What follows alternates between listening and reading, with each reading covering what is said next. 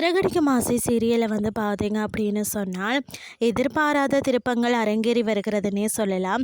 தற்போது மனோஜ் ரோகிணியிடம் பணம் கொடுத்து விவாகரத்தை எளிதாக பெற்றுவிடலாம் என்று நினைத்த நிலையில் நிலைமை முற்றிலும் தலைகீழாக மாறியுள்ளது.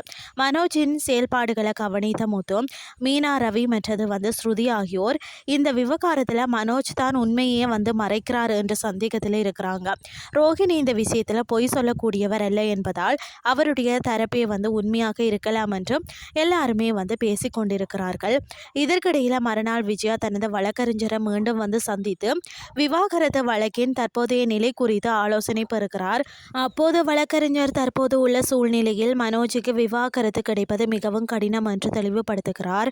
அதற்கு காரணமாக ரோகிணி கர்ப்பமாக இருப்பதையும் அவர் குழந்தையின் தந்தை மனோஜ் தான் என்று கூறி வருவதையும் சுட்டிக்காட்டுகிறார்.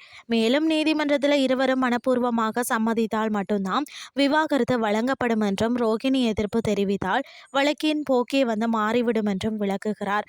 விஜயா குழந்தைக்கும் மனோஜுக்கும் எந்த தொடர்பும் இல்லை என்று வாதிட முயற்சிக்க அதற்கு பதிலளித்த வழக்கறிஞர், அந்த வாதம் நீதிமன்றத்தில் முன்வைக்கப்பட்டால் DNA பரிசோதனைக்கு உத்தரவிடப்படலாம் என எச்சரிக்கிறார். அந்த பரிசோதனையில் குழந்தையின் தந்தை மனோஜ் தான் என்பது உறுதியானால் நீதிமன்றத்தை தவறாக வழிநடத்திய குற்றச்சாட்டில் கூடுதல் சட்ட சிக்கல்கள் வந்து உருவாகும் என்றும் கூறுகிறார்.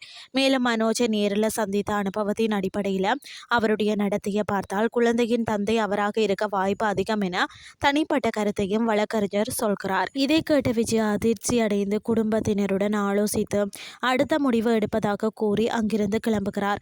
மறுபுறம் குடும்ப செலவுக்காக வேலை தேடும் முயற்சியில் ரேகா நேர்முக தேர்வுக்கு செல்கிறார். வழியில் மீனாவை சந்தித்த அவர் இருவரும் பேசிக் கொண்டிருக்கும் போதும் சிந்தாமணி மீண்டும் மீனாவின் குடும்பத்தை அவமதிக்கும் வகையில் பேசுகிறார். அதற்கு மீனா பதிலளிக்க முயன்றாலும் ரேகா தேவையற்ற வாக்குவாதத்தை தவிர்த்து தன்னை சத்யா நன்றாக பார்த்து கொள்கிறார் என்று கூறி மீனாவுடன் அங்கிருந்து கிளம்பி செல்கிறார். இதுதான் இன்றைய நாளுக்கான எபிசோட்.